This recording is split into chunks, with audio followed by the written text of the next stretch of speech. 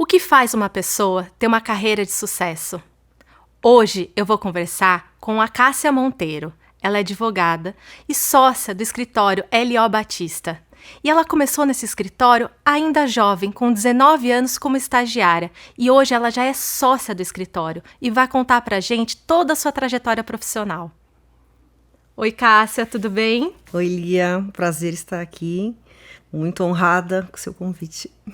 Obrigada, tá, por ter aceitado. E a gente já estava batendo um papo aqui antes da gravação, ela já estava me contando várias coisas. Então vamos lá. Você sempre quis ser advogada? Lia, eu acho que eu sou uma apaixonada pelo direito, acho que desde sempre. Na verdade, eu nunca nem pensei numa outra profissão. Acho que desde os meus 10 anos eu já dizia, eu vou ser advogada sem ter um advogado na família. E acho que foi algo meio que intuitivo, sem saber ao certo o que era. E na verdade, quando eu tive esse meu sonho, vou ser advogada, na verdade, eu acabei enveredando por uma outra área do direito, que eu acho que eu nem me julgo tão estritamente advogada, acho que é uma visão muito mais empresarial, de um geral, que depois a gente vai conversar um pouco melhor. Mas sim, eu nunca pensei em ter outra profissão diferente dessa. Não sabia que eu iria fazer o que eu faço hoje, mas nunca pensei em ter outra profissão. E você começou no escritório quando você já era ainda estagiário, quando você ainda estava estudando? Eu tinha 18 para 19 anos, Eu comecei no escritório para fazer uma pesquisa para um livro, era um sócio do escritório naquela época, e comecei fazendo a pesquisa, era uma pesquisa para uma área que não é a área que eu trabalho hoje. Terminou a pesquisa depois desses 6 meses, eu pensei, nossa, eu adoro esse escritório, adoro o clima, adoro as pessoas que trabalham aqui, era aquela empolgação também dos 19 anos, e fiquei. Logo fui para a área societária, que é onde eu estou até hoje, só que depois de mais ou menos uns 8 meses estagiando, eu comecei a pensar aquelas dúvidas do estudante de direito. Eu acho que se eu não for trabalhar com a área contenciosa, que é o que dá base em tese para a prova da Ordem dos Advogados, eu acho que eu não vou conseguir passar, eu não vou ser aprovada. E na altura eu fui conversar com o nosso sócio sênior, que é o Luiz Olavo Batista, que dá nome para o nosso escritório, nosso fundador, e falei, professor Luiz Olavo, eu acho que eu vou sair do escritório, preciso fazer um estágio com o juiz para aprender outro lado do direito. Ele falou, vai. Tenta, vai ver o que você... E fui, meio temerosa. Bom, ali eu fiz 1 mês de estágio com o juiz e voltei correndo para o escritório. Liguei, professor, posso voltar? Seja bem-vinda. Lógico, sem nenhum problema com a área da magistratura, mas eu não me identifiquei. E aí é outro ponto que eu queria falar para você, que é engraçado, o direito, ele tem ele tem tantos viés diferentes que você pode encaixar a área do direito de acordo com a sua personalidade. E quando eu fui fazer esse estágio na magistratura, eu falei, isso não tem a ver com a minha personalidade. E por isso eu acabei voltando para onde eu já estava e onde eu estou até hoje, há 24 anos, sendo muito feliz e com desafios, histórias, experiências, emoções. Enfim, acho que um livro aí para uma história imensa para contar. E acabei ficando no escritório desde então. E passei por todos os estágios, porque o escritório de advocacia ele tem vários degraus para cumprir. Então eu quero que você conte exatamente pra gente, aprofunde mais agora quais foram todos esses estágios. Bom, eu comecei aos 19 anos e me formei aos 21. E nesse período, como sendo estagiária, sempre fui para a área do direito societário, mas sempre voltado para um viés do investimento estrangeiro. E naquela altura, assim, eu acredito que hoje na grade curricular ainda não tem essa matéria do que seja todo o direito cambiário brasileiro. Eu não sabia ao certo o que é o investimento estrangeiro, mas o que é? Não é o direito societário, não é o direito comercial? Não. Ele tem toda uma regulamentação diferente que é estabelecida pelo Banco Central, e com isso eu fui entrando no mundo do investimento estrangeiro e do investimento do brasileiro no exterior. E não só por isso, por trabalhar exatamente especificamente nessa área, por termos o professor Luiz Olavo, que é um grande precursor do direito internacional, da lei de arbitragem no Brasil, foi membro do Tribunal de Apelação da Organização Mundial do Comércio durante vários anos, ele sempre foi um grande incentivador do direito internacional. Então, isso permeava um pouco do meu trabalho, o internacional. E o que era o internacional? É você estudar as legislações exteriores, o comparado, e daí começar a pensar, bom, mas se eu trabalho com investimento estrangeiro, eu preciso atrair o investidor estrangeiro para cá. Claro. E aí eu estou tentando só fazer esses links para poder chegar no que eu faço hoje. E a partir de então a gente começou. Qual era o meu trabalho como estagiária? Na parte societária era estudar os atos societários, aprender a redigir contratos societários e um pouco das legislações comparadas que amparavam esses investidores estrangeiros que vinham para o Brasil. Aprender toda a parte regulamentar de entrada e saída de capital do país e tudo mais. E com isso eu me formei em 2001, eu falei 2021, eu me formei em 2001 e já emendei as pós-graduações, né? Então eu já comecei logo a minha primeira pós-graduação na parte de direito contratual. Em seguida fiz um LLM também no INSPER, hoje em dia na parte só de direito societário.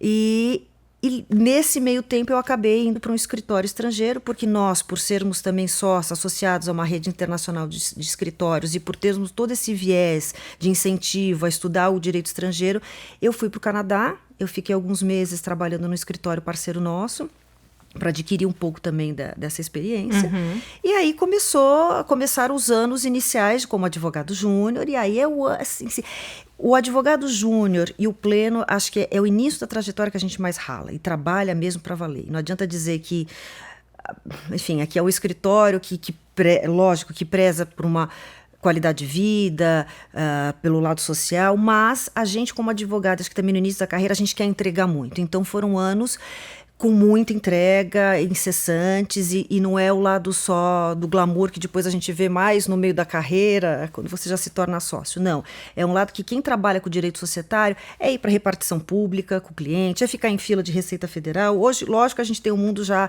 digitalizado que é muito diferente do mundo anterior à pandemia, mas requer isso, é um mundo muito sem glamour, de você trabalhar com junta comercial, com repartição, com toda a burocracia que envolve o nosso direito e o sistema que a gente tem no Brasil. Então, ao mesmo tempo que você começa a trabalhar com algumas operações societárias, que quando você fala em direito societário, trabalha com fusões e aquisições, são os M&As, né, os Mergers and Acquisitions. Para você chegar nesse ponto, você tem que aprender muito a fundo. O que é um ato societário? Vamos ler um contrato social, vamos ler, vamos entender, vamos na junta comercial, vamos sentar com o vogal. É assim que você vai aprendendo. Você aprende muito com os paralegais, que são esses profissionais que dão suporte também para o nosso trabalho, até você chegar nas operações de fusão e aquisição, que isso demora, você sempre faz parte de uma equipe. Então, você percorre, primeiro você é estagiário, você vira advogado júnior com degraus, você vira advogado pleno com degraus também, e você tem certas metas a serem cumpridas, né? Não só metas técnicas de você se especializar, de idiomas e cursos, mas também com habilidades que você tem que ir desenvolvendo com relação ao atendimento ao cliente, à entrega, você ser mais independente na elaboração, na propositura de soluções para os clientes. E depois do pleno você vira um sênior, também com degraus. Depois do sênior você vira um associado, e o associado já requer uma outra postura, inclusive uma exposição, porque o advogado, ele, além de entregar um serviço, de ser amassar o barro, como a gente diz, ele é um vendedor. Né? Ele é um vendedor de serviços. E essa acho que é a grande matéria que falta na grade curricular da Faculdade de Direito, que eles não explicam pra gente que no fim do dia, se você não vai para uma carreira pública, claro, se você é um advogado, você é um vendedor de serviço, mas é um vendedor de serviço que você, além de vender o serviço, você tem que vender a fidelidade, a segurança e a credibilidade para o teu cliente. Então, é uma relação mesmo como se fosse um médico, você tem que ter confiança. E para você criar esse laço, isso não é faculdade, isso não é pós-graduação, isso é experiência, é vivência, é observar cada reunião que você participe, e a gente faz esse treinamento desde os estagiários, eles já começam a participar de reuniões com a gente. É um treinamento para ver como você se porta em relação à etiqueta, a como lidar com o cliente. Cada cliente também é um ser humano, tem uma personalidade diferente, e às vezes ele precisa de uma resposta ou de uma postura diferente, e isso é essa relação humana, e que a gente perdeu muito na pandemia. E agora eu já interrelacionando aqui os temas, mas que a gente perdeu muito, e foi uma carência muito grande, principalmente para os jovens advogados, que perderam 2 anos de vivência, mas que a gente tentou remediar isso pelas videoconferências, enfim. Mas a gente percorre nos grandes escritórios, e isso não é só no Brasil, obviamente, na Europa, nos Estados Unidos, eles têm esses degraus, todos esses setores que você vai percorrendo até você virar sócio. E para você virar sócio, você ainda também se depara com 2 perfis de sócios, que alguns escritórios admitem, né? Que você tem um sócio que às vezes é um sócio muito mais executor, que é um sócio que é mais, entre aspas, introspectivo, e tem um sócio que tem um perfil muito mais vendedor, e vendedor entre aspas também, sem nada pejorativo, né? Mas é um sócio que vai para frente, que vai dar as caras, e que você tem toda uma equipe por trás, como se fosse uma linha de produção para executar aquele trabalho. Você falou que uma das coisas mais importantes seria para uma pessoa é aprender a vender, a se colocar, a saber vender o seu serviço. Além disso, o que você acha que falta hoje para os advogados?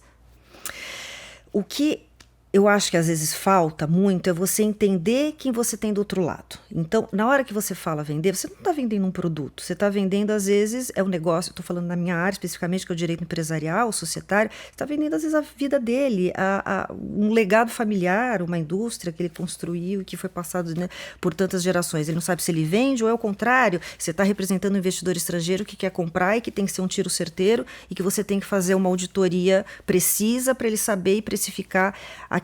E quando você, e para você poder vender, entre aspas, esse trabalho e você transmitir uma credibilidade para o teu cliente, você tem que entender quem está do outro lado, quem é o teu destinatário da tua mensagem. Então, às vezes, observando até em algumas negociações, algumas operações, que você vê até às vezes uma parte contrária, ou às vezes a gente também faz uma autocrítica, assim, eu acho que eu pequei aqui por não entender o que ele queria. Na verdade, ele não queria negociar, por exemplo, um contrato dessa determinada forma, ou ele não estava preocupado em salvar cada real naquela operação, não, ele estava mais preocupado com a garantia e não, enfim, são detalhes mais técnicos que às vezes a gente, ultrapassando essas operações e vivendo essas experiências, a gente vê, eu não soube ouvir. Então, eu acho que o mais importante é, quando eu digo você entender quem está do outro lado, você só entende ouvindo. Ouvindo, e a partir do momento que você escuta, você consegue se comunicar bem. E aí você é certeira na tua operação, sempre olhando para o meu lado, que o que eu faço é bordar um contrato, que é um trabalho super artesanal, que é você produzir o contrato, negociar cláusulas e condições da melhor maneira possível para o meu cliente. E para eu fazer isso da melhor forma, eu preciso entender o que ele quer efetivamente. Às vezes não é no fim do dia só vender, só receber o maior valor possível. Não. Às vezes não é isso que ele quer. Então eu preciso escutar e saber me comunicar. E às vezes isso falta muito. Até porque é uma relação de confiança, né? É totalmente de confiança. Então, lógico, eu preciso convencê-lo de que eu sou capaz, que eu consigo entregar aquele serviço. Então, isso é a minha parte da venda. Só que ele tem que confiar. E como é que ele confia? Num trabalho bem feito e, principalmente, quando ele tem do outro lado um advogado que escuta. E isso é uma crítica que você vê muito dos empresários, porque eu acabo lidando com os empresários, que não ouvem. E às vezes tem até uma certa arrogância ou uma prepotência, dizendo, não, mas eu já passei por as operações XYZ, as grandes, as menores. Não importa. Cada operação é única. E às vezes eu tenho clientes que dizem, não, mas essa operação, doutora, ela é infinitamente menor. Não importa.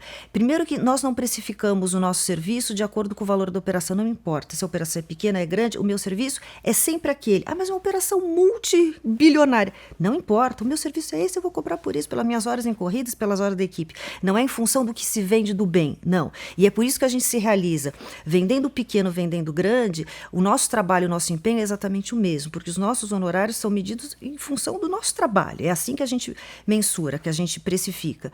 E por isso a gente entrega o melhor. E às vezes tem clientes que vêm dizendo, não, mas eu sei que o meu trabalho... Não, o seu trabalho não importa. Se a sua empresa hoje vale menos em comparação com outra que eu já trabalhei também, não importa. Você é um trabalho de uma vida, normalmente são empresas familiares que vêm ao longo de uma vida toda e que é inestimável o valor para eles. Sim, tem uma riqueza socioemocional muito grande ali dentro, e essa habilidade que você tem que ter, porque às vezes se você não tem essa sensibilidade na hora de uma negociação, quantas vezes eu já vi o cliente, se a gente está pelo vendedor ou pelo comprador, levantar no meio da mesa e falar, não vendo mais. Sim. Ou então assim, aqui está meu cheque, estou comprando de volta a participação, porque leva para um lado emocional, porque é a vida dele, claro que é. É uma herança, na verdade, aquela empresa, né? Às vezes, ou não é uma herança, ou a gente lida já com uma primeira geração de cara, porque aí é o outro lado, né? Eu trabalho muito hoje em dia com as startups, com as empresas de tecnologia. Então, você lida com uma geração hoje nova, rápida, muito capaz e que muito rapidamente se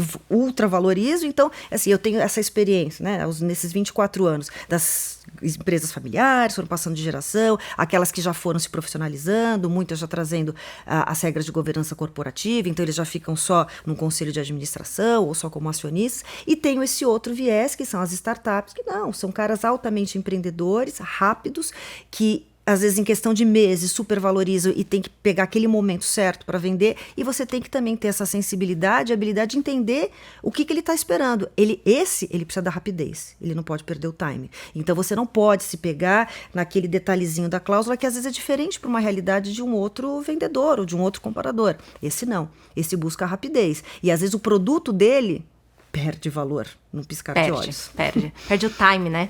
Perde o time. Exato. Bom, você falou que você é uma líder, né? Tem uma equipe toda aí por trás de você. O que você acha que falta hoje nos líderes?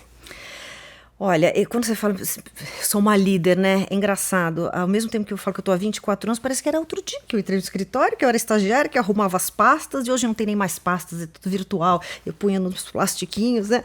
Então é engraçado ver hoje você é uma líder, né? Eu nem me vejo dessa forma, porque como eu fui crescendo rápido e ao mesmo tempo vindo as novas gerações e tentando manter a minha essência, eu não me vejo de cima para baixo, não, eu me vejo de igual. Então acho que assim, o bom líder é aquele que senta junto para entender e tirar o melhor do que você tem da equipe. E eu tenho um sócio que fala uma coisa que é muito verdadeira. Quem você tem que contratar? Qual é o perfil do que você tem que contratar? Alguém melhor do que eu, melhor do que nós. Então, assim, quem está trabalhando comigo? Alguém que é muito melhor. Então, assim, eu tenho a humildade de estar ali para aprender com ele e tirar o melhor dele. Então, o líder é aquele que consegue ver o valor, qual é a qualidade daquele profissional, colocá-lo para fazer aquilo, porque, de fato, ele não vai ter... Ninguém reúne todas as melhores qualidades. Não, a gente tem sempre uma melhor a outra. Somos todos seres humanos. Então, o líder, acho que nesse sentido, sim, é aquele que consegue tirar o melhor de cada um. E às vezes também brecar aquele profissional que, com a ânsia de querer entregar tudo e mostrar tudo, fala, não, vamos deixar para o outro, porque a gente tem que olhar isso aqui como uma linha de produção. Nós somos uma indústria aqui também. E eu preciso entregar o melhor de cada um, porque na hora que eu agrego esse melhor, o que é? O resultado, em tese, perfeito, que é o que a gente tenta buscar. Uma excelência no resultado. Uma excelência no resultado, claro. Exato. E com isso você tem que organizar aquela orquestra. Bom, você tem muito relacionamento com os clientes, né? Você lida com o cliente ali muito próximo. Sim. E aí eu queria saber como que funciona essa relação. Você tem umas histórias incríveis sobre isso. Tenho, e isso acho que é um pouco da minha personalidade, sabe? E a gente vai vendo, nós somos em 20 sócios, cada um com personalidades diferentes. Eu acho que é essa a grande beleza da sociedade, que a gente se complementa, cada um pouquinho diferente. E eu tenho um pouco desse perfil que eles até falam, eu só brinco que eu sou a relações públicas do escritório, porque eu faço amizade com todo mundo, faço amizade com os clientes. Mas por quê? Porque eu tento ir a fundo realmente, para entender qual é a necessidade dele. Quando eu digo que eu preciso ouvir, entender, para então me comunicar e entregar o melhor que ele precisa, eu acabo criando essas relações de amizade. E por conta dessas relações, lógico, amizade / super profissional, eu acabei vivendo muitas experiências ao longo desse meu tempo de profissão, que vão desde as viagens, né? Então, o que eu tenho... Assim, a gente participa de muitas feiras de estágios com algumas universidades que nos convidam os grandes escritórios para explicarem um pouco, né, para os estudantes entenderem qual é o lado da advocacia. E eu acabo contando essa história falando, gente, não é só glamour, mas eu vou começar pelo glamour, tá? Porque eu sei que é isso que empolgam quando eles começam a ouvir essas histórias.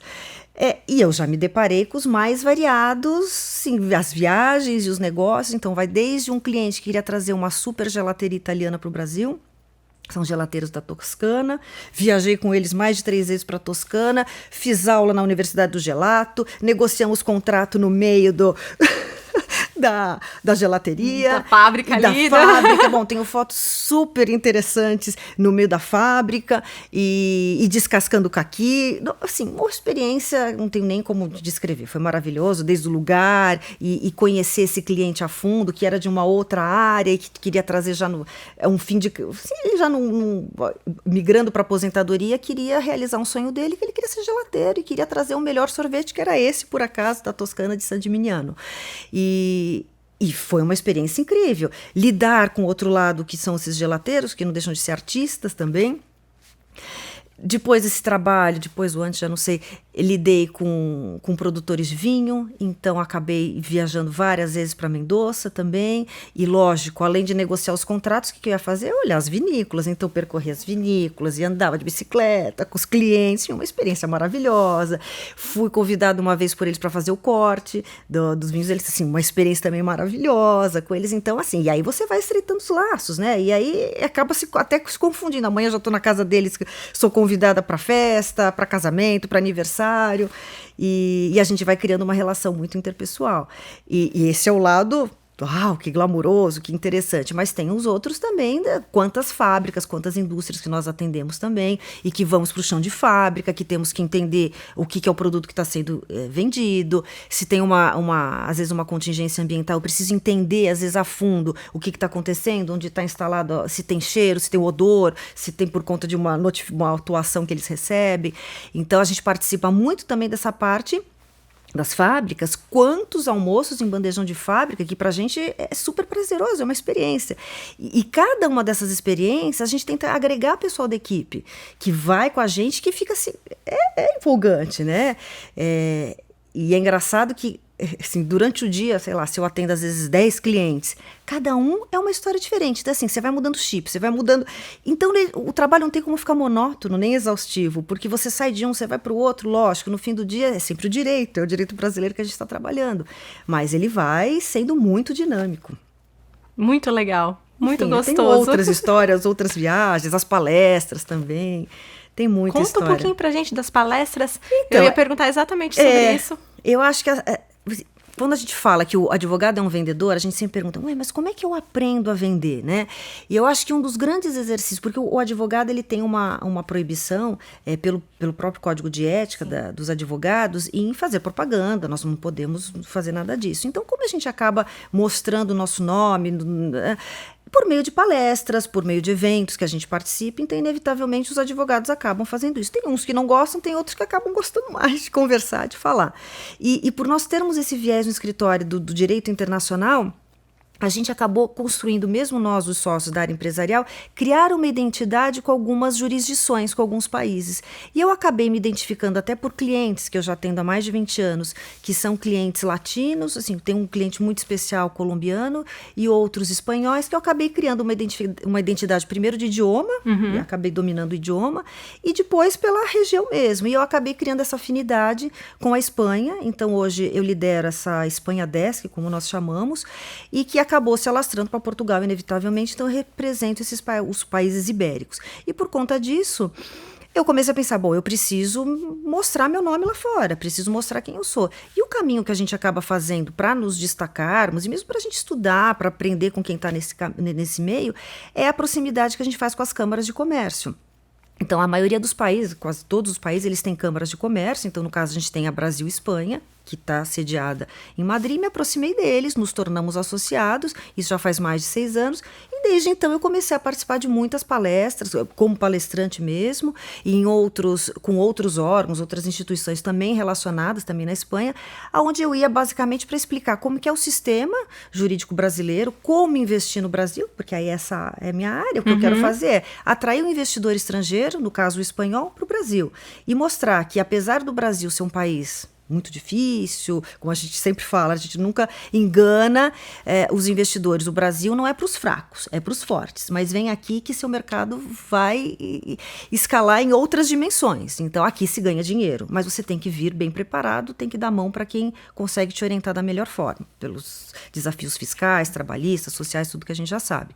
Então eu faço esse papel de palestrar, explicar um pouco do sistema jurídico, mesmo como é que funciona o fluxo de entrada e saída de divisas do país, um pouquinho, uma pincelada sobre o sistema trabalhista, o fiscal, para dar mais segurança para o investidor. E por que Espanha, né? Além da minha afinidade com alguns clientes que eu já atendi, mesmo afinidade de idiomas, a Espanha é o segundo país que mais investe no Brasil depois dos Estados Unidos. Verdade? Sim. Se você somar França e Alemanha, a somatória dos recursos desses dois países não supera os recursos aplicados pelos investidores espanhóis no Brasil. Então, a gente tem aqui a Telefônica. O maior mercado da Telefônica, depois do próprio espanhol, é o brasileiro. A gente tem o Santander. A gente tem a Mafra, a Iberdrola, enfim, empresas enormes e cada vez mais a Espanha de olho, de fato, no Brasil. Então, o que a gente tem tentado incentivar, lógico, olhando para o nosso lado aqui, para o brasileiro, é atrair o investidor estrangeiro, porque, sem dúvida nenhuma, o que a gente vai ter no fim do dia é a maior oferta de empregos, a gente vai movimentar a economia, o que a gente precisa. Claro. E, claro, por outro lado, a gente também, olhando para os brasileiros, principalmente para as startups, que no fim a gente acaba voltando muito mais para eles, internacionalizar seus negócios. A gente tem tantas pessoas aqui criativas, com negócios tão bem elaborados, que às vezes eles ficam pensando, não, mas isso aqui é só... Não é só para o Brasil. O Brasil praticamente é um continente. Então, se você é bem sucedido no Brasil, vá internacionalizar. E comece pelos países ibéricos, que não deixa de ser a porta de entrada para a Europa, de uma maneira geral. Então, a gente tem feito muita palestra também no escritório, em parceria com a Embaixada de Portugal, com a Embaixada do Brasil, para explicar que eles têm que levar o negócio deles para a Espanha. E por isso, além da minha proximidade com a Câmara de Comércio, com esses eventos que nós fazemos muito em conjunto, eu tenho uma proximidade muito grande com a Embaixada do Brasil. A gente tem um novo embaixador, ele foi nomeado em abril, o embaixador Orlando, e também por, no fim, termos alguns contatos com diplomatas que fazem parte hoje do pessoal que está na Embaixada, há colegas nossos até da universidade, temos essa proximidade, fazemos eventos com eles também, que são pessoas altamente qualificadas, capazes, que estão realmente de olho em levar o brasileiro para lá, fazem muitos eventos dos mais variados setores, eles não param, e eles colocaram mesmo a embaixada como uma casa literalmente de portas abertas para a gente, para qualquer outra empresa que esteja interessada em investir na Espanha. Então, e foi exatamente isso que aconteceu na sua última viagem, foi, né? Minha última viagem, que foi agora super recente, por conta da comemoração do nosso aniversário de 50 anos, recebi esse convite, foi feita uma homenagem por parte também do embaixador, com a presença de outros diplomatas, e na verdade não foi nem só propriamente dita pelo escritório, mas pelo serviço, por todo o trabalho, o legado que foi deixado pelo professor Luiz Olavo Batista, que foi uma figura muito importante no direito internacional. Então, quem é do direito, principalmente que atua nessa parte da diplomacia, conhece muito o professor Luiz Olavo, então para mim foi uma honra, tendo sido estagiária, tendo sido, enfim, toda a minha carreira que eu percorri lá, ser recebida e receber principalmente uma homenagem em nome do Luiz Olavo Batista. Cássia, é lindo de ver sua empolgação de falar, sabe? De falar do que você gosta de fazer, de tudo que você construiu na sua carreira. Mas teve algum momento que você pensou em desistir? Eu acho que não só eu, mas talvez seja algo que toda mulher, quando se depara com a maternidade, se questiona. Eu acho que eu não vou mais trabalhar, eu vou largar a minha vida profissional. E falo por tantas amigas, e acho que você compartilha disso também, chega nesse momento da nossa vida que a gente se questiona, eu acho que eu não nasci para ser profissional. Na verdade, a gente primeiro pergunta, acho que eu não nasci para ser mãe. Não, eu vou ser mãe, e a nossa primeira função, sem dúvida nenhuma, depois que a gente passa pela maternidade, a gente está aqui para ser mãe, em primeiro lugar. Tentamos da melhor forma desempenhar esse papel, da forma que a gente consegue entregar, em segundo, o nosso profissional. Mas sim, quando eu engravidei da minha filha, estava no meio do meu trabalho, já tinha terminado a minha terceira pós-graduação, era um momento que eu tinha planejado, sim, ser mãe, mas pelo destino eu tinha acabado de perder minha mãe, perdi minha sogra e, enfim, mas foi uma alegria muito grande e ia enfrentar esse novo desafio na minha vida, mas ao mesmo tempo eu pensava, bom, eu não tenho minha retaguarda, não tenho meu apoio, e se eu tiver que abdicar da minha carreira, eu vou abdicar da minha carreira em nome da minha filha. Foi um misto de sentimentos, eu acho que eu mal consegui viver o luto da perda da minha mãe, da minha sogra, e viver a felicidade, e vou abdicar da minha carreira, então foi aquela mistura de sentimentos. Mas minha filha tinha 2 meses e eu ansiosa, porque no fim ela nasceu no meio de uma operação, no meio de uma auditoria. E eu pensei, uma coisa eu já tenho dentro de mim, eu quero estar presente, eu vou criar a minha filha. E quando eu digo estar presente, seja eu, seja o pai, ela tem que ter o pai ou a mãe em casa, e não é a figura só a feminina, não, tem que ter... A base dela. A base tem que estar aqui dentro de casa. E como é que a gente faria isso? Nos revezando. E aí eu pensei, eu vou conversar com a minha sócia, com a minha chefe na época. O não eu já tenho. E aí, qual era a minha ideia? Era fazer o home office, que na verdade não tinha nem esse termo home office, né? Isso a gente está falando de 12 anos, que eu falei, vou perguntar se eu posso trabalhar de casa. Esse era o termo. O não eu já tenho. Aí foi aquela noite, falei, é hoje que eu vou perguntar. Escrevi aquele texto, porque advogado não consegue falar, primeiro ele escreve, depois ele faz a sustentação oral, né? Então mandei o texto, seja o que Deus quiser. E a resposta foi, vamos tentar. Na verdade, o desafio é seu. Você precisa entregar. O que você precisa entregar? Horas de trabalho, você precisa entregar captação, você precisa entregar trabalho bem feito. Vamos ter uma readequação financeira? Eu falei, claro, sem dúvida nenhuma, até porque dentro de mim eu já pensava, eu já estava até encarando não trabalhar mais, né? Então vamos tentar? Vamos tentar. E aí, esse sim que veio de uma maneira inesperada, que foi um sim de poder fazer o trabalho à distância e tentar ir 2 vezes por semana para o escritório presencial, os outros 3 dias em casa, eu pensei, eu tenho que ser muito grata, eu sou muito grata por essa oportunidade. E aí é algo que é um combustível que vem, não, eu gosto do que eu faço, eu amo meu trabalho, eu estou do lado da minha filha, eu vou ficar aqui no carrinho, escrevendo, entregando. E aí minha produtividade realmente aumentou muito. E com isso eu fui crescendo. Dos 2 dias presenciais, eu mesma quis ir 3 dias, porque eu conseguia me revezar em casa. Meu pai, tive um suporte muito grande do meu pai. Lógico que eu tinha uma retaguarda de uma funcionária, mas eu queria sempre a base, eu queria a família perto. Então eu consegui conciliar isso. Só que quando eu já estava, minha filha estava para completar 4 meses e eu em tese ia voltar, quando eu já tinha essa resposta afirmativa de que eu poderia fazer esse trabalho à distância, porque eu estava em plena ainda licença maternidade, mas eu já na minha ansiedade eu queria organizar para voltar de maneira plena, né? Minha filha tinha 4 meses, quando eu estava preparada então para voltar, já na forma que a gente tinha organizado, eu descobri que eu estava grávida do meu 2º filho. E aí eu voltei da minha licença maternidade grávida. E aí foi o 2º desafio. Eu falei, não, eu já tinha conseguido fazer o trabalho, agora eu sou demitida, agora eles vão me convidar a me retirar. Não é possível. Foi muito engraçado que eu voltei, logo no primeiro dia eu fui conversar com a minha chefe, então, com a sócia. Eu falei, eu preciso conversar com você. Ela, calma, mas se mal entrou, o que foi que você tem pra me falar? Vai me dizer que tá grávida, né? Eu falei, e não é isso? E como é que você sabe? O quê? Eu estou grávida. Você voltou da licença grávida. Aí, Lia, assim, se eu já tinha o combustível antes, de que eu precisava entregar, porque já tinham me permitido trabalhar 3 dias de casa, eu falei, não, e agora ainda por cima, grávida? Não. Agora eu tenho que entregar o dobro. E aí foi muito engraçado, que no fim, além de tudo, meu filho nasceu prematuro. Então, menos ainda, né? Menos ainda. Eu voltei da licença, já estava grávida. Alguns meses depois, eu nem avisei para os clientes que eu lidava mais proximamente que eu já estava grávida. E numa das vezes que eu estava indo para o escritório, dirigindo, entrei na garagem do escritório, me deparei com um cliente que eu estava indo fazer uma reunião. Ele falou, nossa, cara, ele viu a barriga, ele falou, você não teve, você já teve. Senhor fulano, não se preocupa, é outro, como é outro? E nisso, no que eu entrei no escritório, eu estava entrando em trabalho de parto. Uau. E foi uma loucura.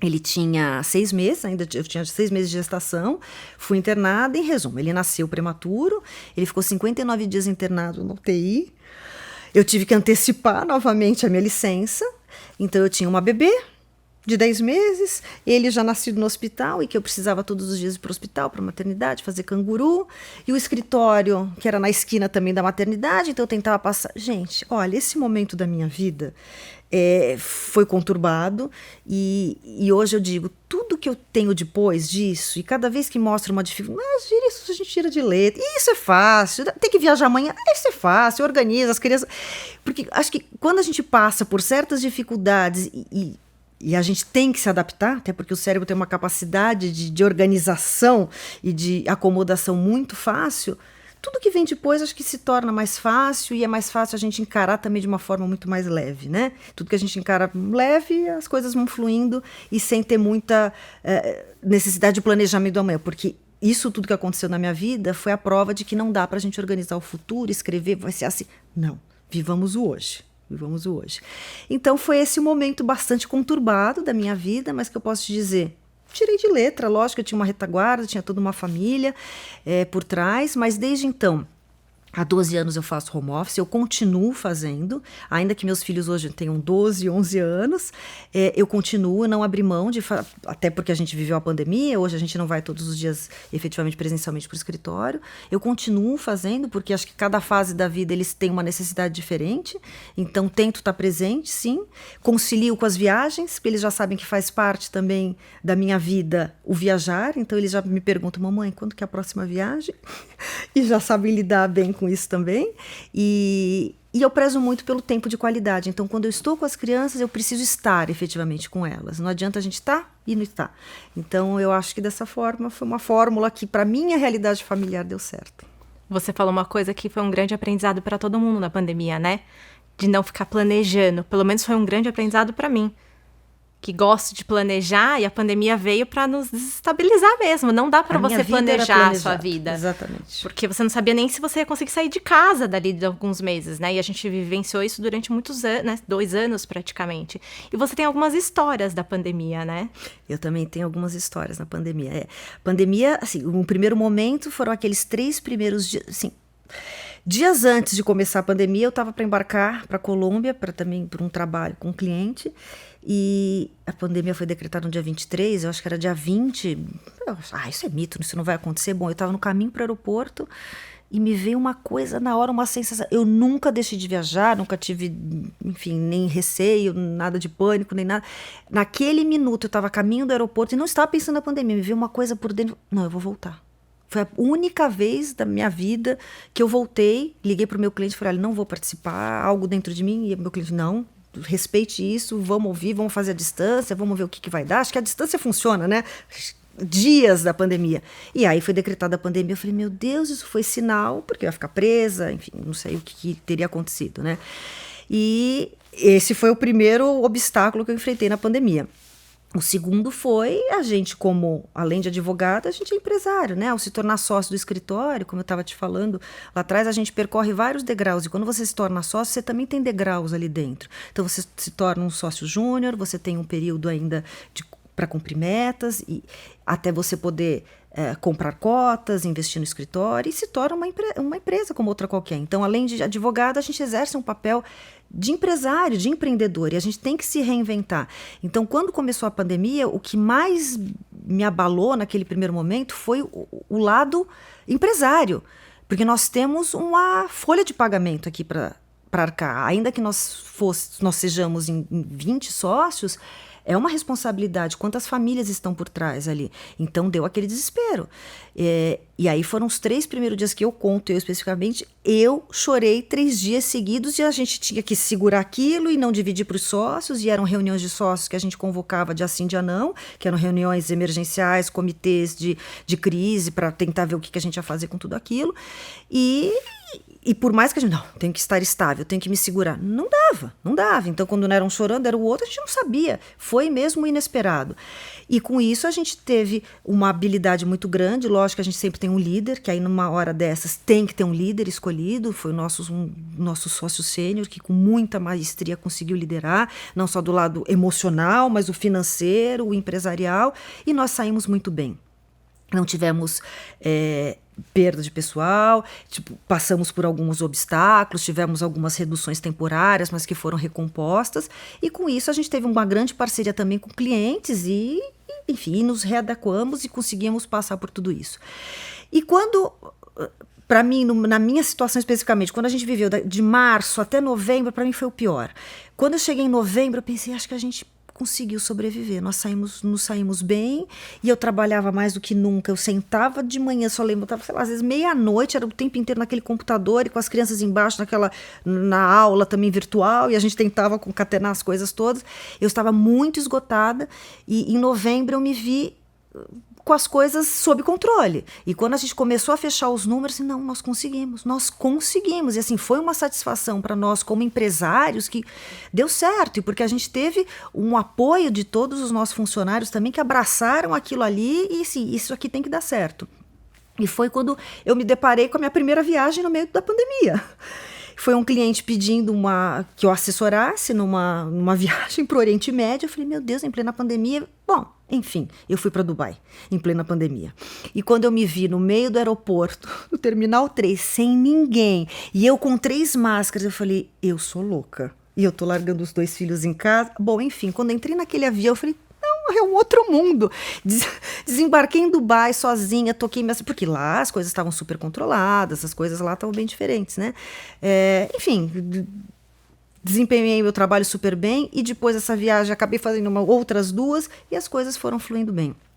E depois consegui ter, inclusive, autorização da embaixada, viajei para Portugal, porque também tive um assunto lá para tocar, e as coisas foram fluindo muito bem. Então, sim, foram experiências não só essas do medo, do que a gente não sabia o dia de amanhã, e ao mesmo tempo me achando meio irresponsável, mas tendo que entregar o trabalho, até a gente se sentir vitoriosa, porque conseguimos como empresários, reformulamos o escritório como um todo, a parte também física, fechamos 2 andares, transformamos tudo em open space, e as coisas estão funcionando hoje muito bem. E você foi uma das pessoas que foi a pioneira, né, pro híbrido, né? Fui. E tanto que esse era um dos que casos. Bom, né? Sim. E tanto que quando a gente pensou, não, vamos ter que fazer o home office. Sim, pra gente é uma coisa natural, porque já tem ela. E depois de mim, outras vieram, né? Mesmo antes da pandemia. Então, nós tivemos uma outra sócia que resolveu, por conta de oportunidades profissionais, o marido dela mudar para Portugal. Ela mora em Portugal, é nossa associada, trabalha de lá. Outros advogados que acabaram resolvendo também fazer estágios, trabalhar fora, em escritórios associados nossos, fora do país, que continuam fora, e as coisas foram funcionando de uma maneira perfeita, porque a gente viu que vale muito mais o comprometimento, a entrega do profissional, né? Exato. E cada um tem o seu ritmo. Lógico, quando é um trabalho que permita isso, a nossa área permite. E quando nos deparamos com isso, a gente já sabia que funcionava.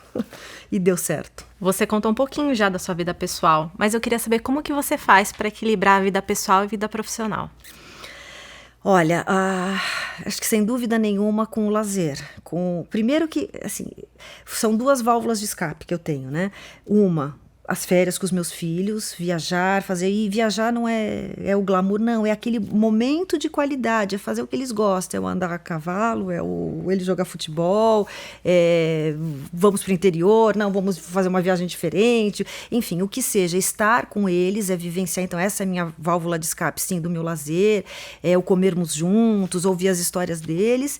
E outra coisa que eu gosto muito de fazer é o esporte, então eu preciso correr. Eu corro, eu não sou atleta, obviamente que não, mas eu preciso correr. E é uma coisa engraçada que eu desenvolvi essa habilidade, entre aspas, quando eu estava grávida da Beatriz, da minha primeira filha. Porque eu estava acima do peso, não fazia esporte nenhum, e o médico pediu para eu começar a fazer alguma atividade. E busquei uma professora, falei, meu Deus, eu não fazia nada, era uma sedentária, eu comecei a fazer agora? Bom, eu comecei a fazer atividade física na gravidez, grávida dela. E durante a gestação, com essa professora que é especializada em gestantes, ela falou, olha, terminando a gestação, a gente começa o pós-parto. Eu falei, você só vai me mostrar se você é boa se me fizer emagrecer, ou se me fizer correr. Aí dava risada, imagina, nunca corri na vida. Ela, é? Bom, a Beatriz nasceu, 25 dias depois ela me liga em casa. Eu falei, nossa, mas que pessoa inoportuna. Olha, já tô passando na sua casa hoje, já começam as aulas. Eu falei, o que é isso? Não, vamos. Bom, 25 dias depois começamos o exercício do pós-parto, né, de retração do útero, aqueles exercícios. E, bom, logo em seguida, eu já estava correndo. Eu comecei correndo aqueles 30 segundos, aquele 1 minuto. Meu Deus, agora eu infarto. Não, e foi indo. Até que eu descobri que já estava grávida de novo, com os 4 meses. Eu já tinha perdido todos os quilos da gravidez, porque eu estava correndo. E como eu estava já com condicionamento bom, o médico falou, não, você vai continuar. Não continuei a corrida, mas continuei com o treino durante toda a gestação dele. Ele nasceu prematuro, mas no que ele nasceu eu já retomei. E desde que ele nasceu, então há 11 anos, eu nunca mais parei. E eu adquiri assim, essa paixão pela corrida e preciso fazer efetivamente, porque me faz bem, me sinto bem. E é na hora que eu corro que aí vem as ideias, aqueles contratos que eu preciso montar, aquela ideia, a palestra que eu quero desenvolver, e aí às vezes eu paro, eu mando áudio, continuo a corrida, e assim, é o momento que eu consigo ser criativa. Então eu faço igualzinho. É a minha válvula de escape. Eu faço isso igualzinho. Agora que você falou de mandar um áudio pra mim mesma, às vezes ali na bicicleta, ou tô no trânsito, aí eu começo a pensar um monte de coisa. Hora. Aí eu mando um áudio pra mim, eu mando uma mensagem, eu falo, tive essa ideia, vou fazer isso. Hora. E quando eu viajo, a primeira coisa, o primeiro compartimento da minha mala são minhas roupas de ginástica. Essas calças, tênis, né?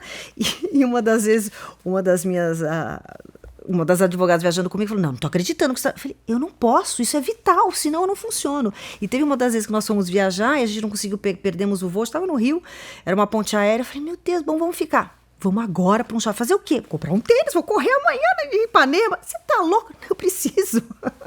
E fui fazer isso. É que a nossa mente precisa disso, né? A gente precisa ter uma mente mais tranquila e para isso o exercício faz isso. Eu vejo os hotéis perto dos parques, ou os ótimo. hotéis que tem academia e preciso. E assim eu me sinto bem. E também eu não fujo muito da minha rotina. Eu me sinto mais próxima, até por conta de fuso e tudo mais, tento manter de uma forma mais equilibrada.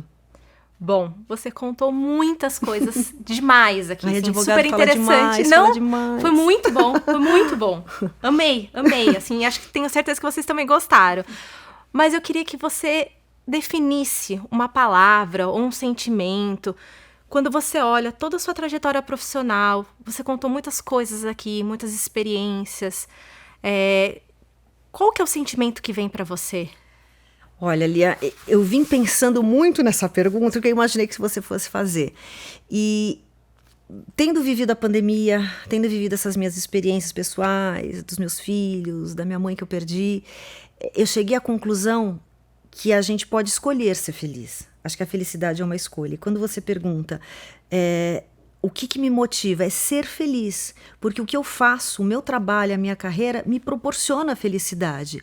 Lógico que não é 100%, nada na vida, nem a maternidade, nem a nossa casa, nem o nosso trabalho, nada é 100%, a gente tem desafios, e a gente às vezes acorda mal-humorada, isso faz parte do ser humano, mas quando a gente coloca na balança, sempre pesa mais o lado da felicidade. Então, sim, se isso me faz feliz, eu acho que eu estou no caminho certo. E quando não faz, não tem problema nenhum a gente desviar a rota. E sempre a chance de você mudar. E quando você começou aqui perguntando, você sempre quis ser advogado? Sim. Mas se de repente, num determinado momento, isso não me fizer mais feliz, a gente muda a rota. E a gente vai para um outro caminho. Por quê? Eu acho que essa é a beleza da vida. A vida nos proporciona infinitas possibilidades. A gente só tem que escolher aquela que nos traz a felicidade. Obrigada, tá? Obrigada mesmo. Foi muito bom. Adorei, Obrigada adorei. Foi sensacional. Obrigada por compartilhar tantas coisas boas e demonstrar exatamente isso, sabe? Felicidade no trabalho, que faz toda a diferença, porque a gente passa muito mais tempo no trabalho do que em casa. Não é? E a gente tem tanta gente ao redor que se inspira, que aprende. Então, a gente tem esse dever social também. Exatamente isso. Obrigada, Cássia. Imagina, obrigada a você.